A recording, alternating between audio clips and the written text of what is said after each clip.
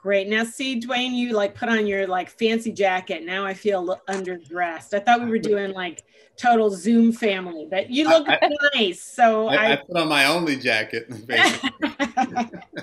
well, it looks very handsome. I'm glad you did that, but now I gotta up my game in my responses then. We're collecting from our various conversations secret hobbies. So, what's something that you absolutely love doing outside of work that your colleagues would never expect? Oh, I hate to disappoint you on this, but I like my goal for the last decade has been to get a hobby. I have no hobbies. My husband and kids bought me for Christmas last year a ukulele. And that has been a long time dream of mine is to learn to play the ukulele. And I have done nothing towards that goal, especially this last year where I was pretty much working nonstop. But I still have it, and it is a goal, but I can't claim that as a secret hobby because it is not yet come to fruition. So, for now, your secret hobby is collecting secret hobbies. That's right. That's Okay. exactly right. That's exactly. Well, I can understand why this past year would have been that manic for you. I mean, what a year it was. The end of last year, our grantees were saying to us, 2020 is going to be a pivotal year in the future of this country. And we need philanthropy to show up in that way, not like it's business as usual. And so we took that to our board, and in January, they decided to double our grant making. So that's the kind of conversation. And then COVID hit.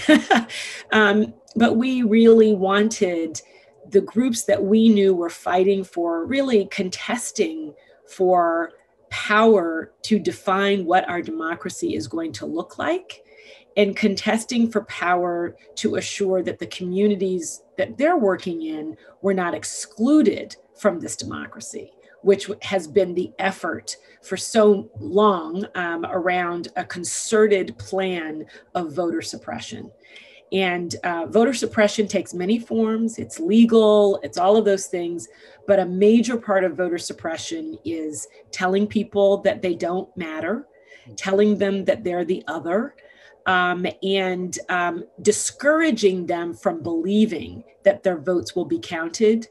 And that has been happening at an increasing rate. And so that we were really delighted to be able to put what we called our Power 2020 grants, which was really doubling down on the grants going to groups that are organizing by and for BIPOC communities, building power for those communities. It must have been interesting for your board and for the family to witness what happened in 2020, having been a little bit ahead in terms of not having to scramble in the moment in response, and how they experienced the year. It was really something. And I think George Floyd's murder was such a collective trauma. Mm-hmm. And we had to talk about that, and we had to grapple with that and the implications. And it was a collective trauma, and we were all physically dispersed, right? And so, that was also when I sort of started getting these phone calls from some foundation CEOs. And Dwayne, you and I have known each other for many years, and I've known a lot of people in this field for a long time. And some of them were saying, even if we wanted to do more, we don't know what we should do. And so that led us to think about how we could create an invitation to enter into a conversation about racial justice with foundations that haven't necessarily been on this journey for a long time. Right. And so that's when we created the Democracy Frontlines Fund, which, has now become a $36 million effort funding 10 Black-led organizing groups that are focusing on fighting back against voter suppression, long-term voter and citizen engagement, and defunding prisons and police as kind of cornerstone issues that Black-led organizers have really been calling for as the foundational elements of what it means for Black people to participate in democracy in America. Because we first have to make sure that the police and other institutions of oppression in this country stop killing Black people.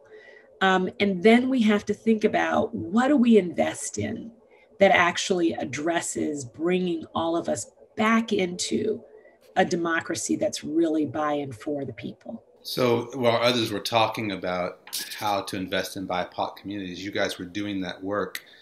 Was it difficult to convince foundations to join that fund? I think what I was so just, I found so heartening in that process was I started reaching out to people, and people started telling other people and saying, oh, you should talk to so-and-so. And so, it kind of spread as like, well, have a conversation here, have a conversation there. But what was most heartening too was that the CEOs and family members of, families that chose to participate largely made a personal request. And I don't really know how to say that except to say that they often went to their trustees and said, this isn't what we do. This isn't normally, it doesn't fit into any of our neat categories. But I have to tell you that I think this is something we need to do. Mm-hmm.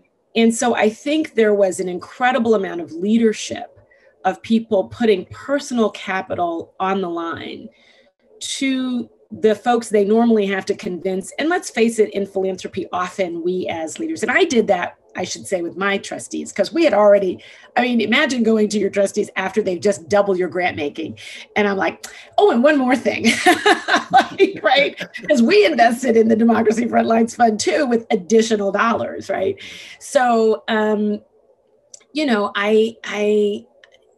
really was that personal appeal. We often go to our trustees and say, well, we could do this or we could do that.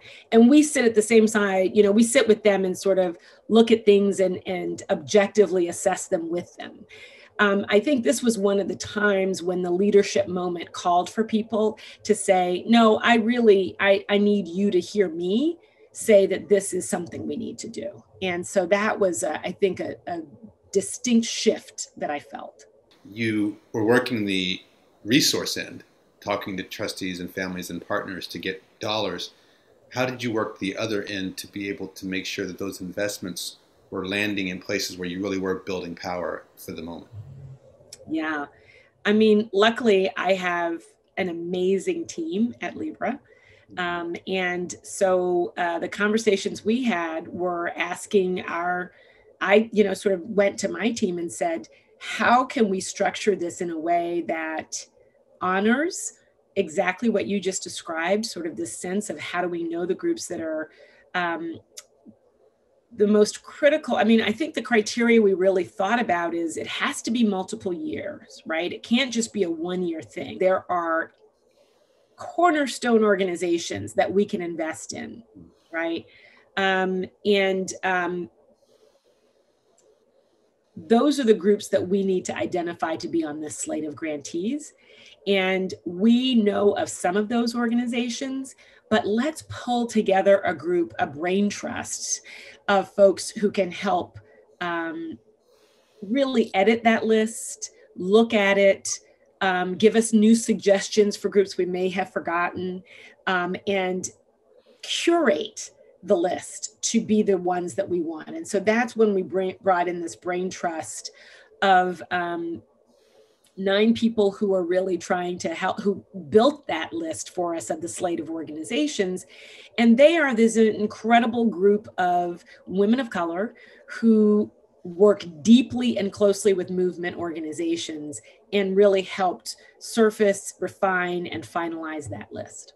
So some of that was about existing relationships you had with movement builders that allowed you to know you could trust the information that was being used to triangulate the work. I know it's early, but have you expanded that relationship base? Have the investments turned into more kind of trusting community relationships on the ground? We're early days. And so I think our plan is, it was very important for us that we had to give the money first in order to then be in relationship. Mm-hmm. I think so often in philanthropy, we don't do it that way. And I thought it was particularly important with Black-led organizing because, we in philanthropy have a trust problem in that uh, a lot of nonprofits don't trust us Mm-hmm. because we haven't worked in a way that made us look like we were trustworthy. Mm-hmm. We often make promises. We have, philanthropy has in the past um, organized community conversations and tried to get people to work in collaboratives. And then when the going got tough, defund things and say, oh, it's not working the way we thought. And so it needed to be a commitment of 3 years of funding. Mm-hmm. And the first checks needed to go out the door. And now we're having meetings and conversations and are on a learning journey in which we're pulling together the funders and the grantees, collectively in regular conversations. So I think that is, that's been really powerful. But one of our grantees is Black Voters Matter, right? So it's not even like we actually have to sit back and say, oh, we need some deep evaluation to determine whether these grantees are effective. They just saved democracy. So like, we're good. We're clear. I mean. What else are you looking for in that grant report, by the way? Yeah, exactly. Exactly. So I think we are, that's really the kind of, we had a conversation with Stacey Abrams, because she is, in addition to being, yes, she is a politician and she's a brilliant politician, but she's also one of the most brilliant community organizers in the country right now. And so I think part of what was really important was to be able to understand all of the contours of community organizing. Whereas I think a lot of institutions and a lot of foundations that have a democracy program really see community-based organizations and community organizers as being the folks, they're kind of like the firepower you pull in the 2 months before the election to go out and get people to show up at the polls, right?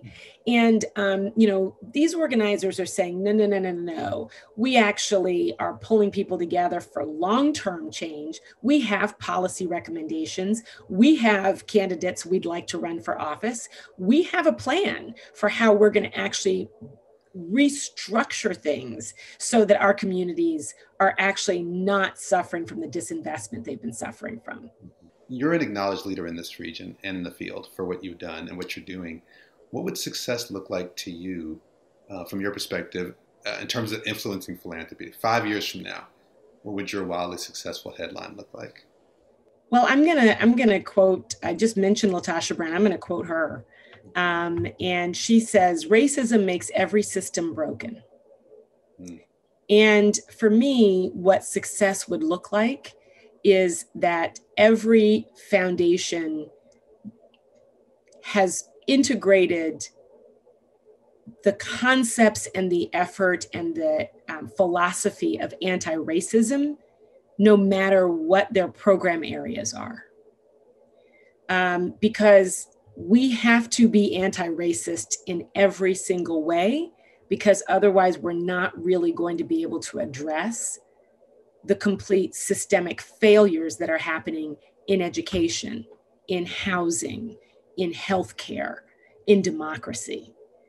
So for me, that would be, it is that integration, it is that weaving of anti-racist principles into everything that would feel like we're successful 5-10 years from now.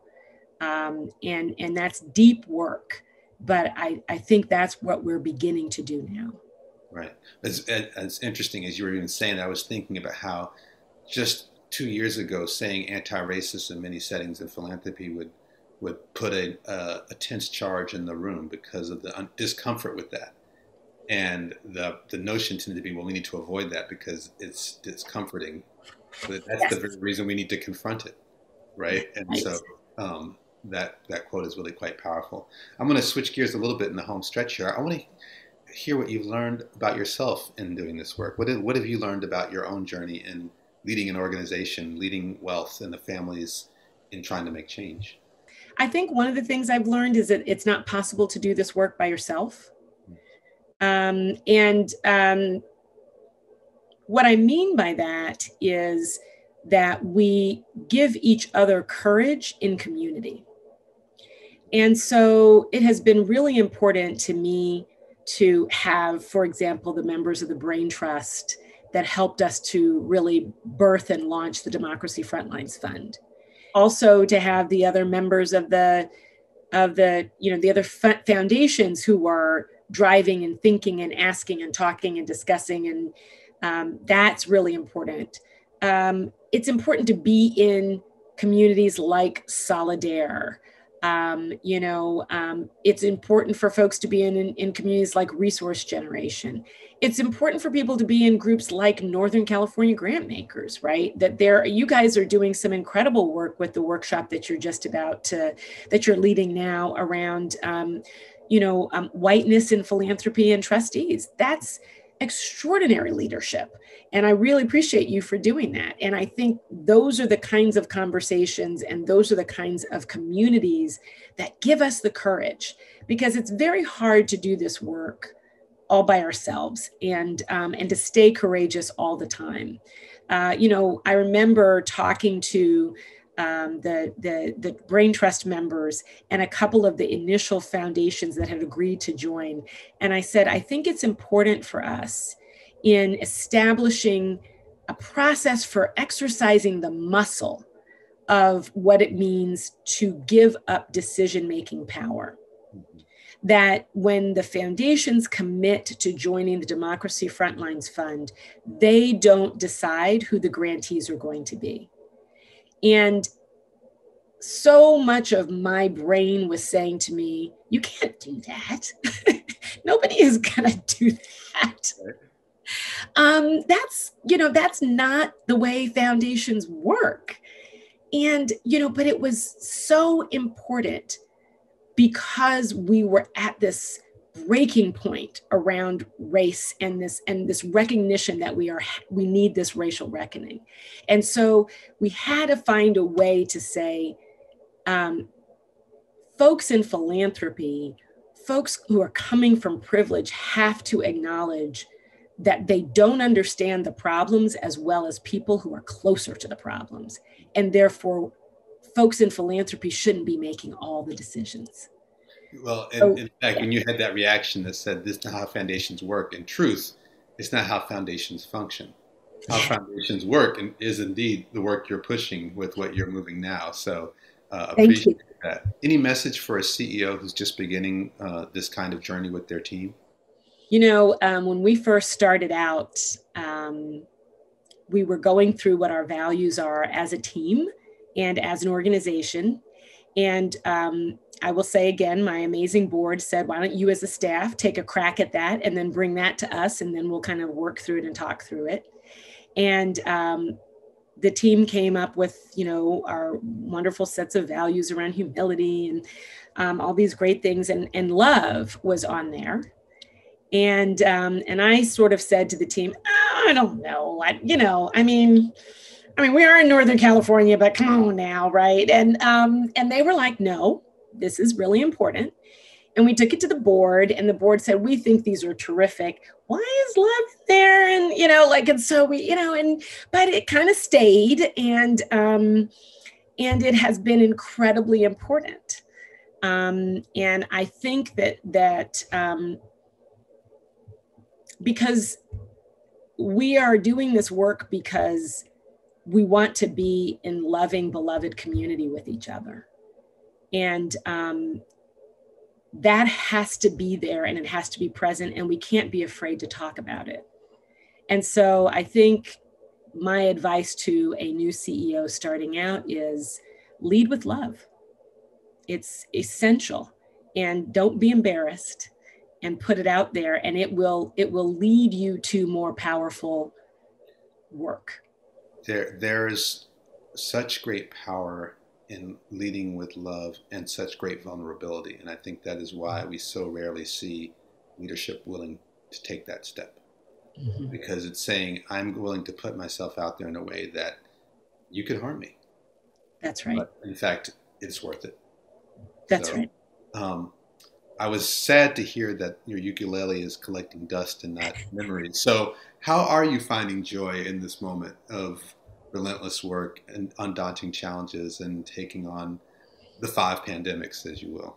Yes, exactly. Well, listen, like everybody else, more Netflix than is healthy.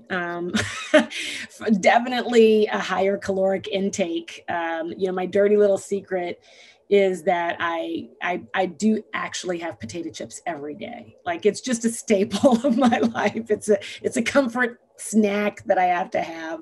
Um, yeah, and I'm music is huge, and spending time with my kids. We eat dinner together as a family, my husband and kids and I.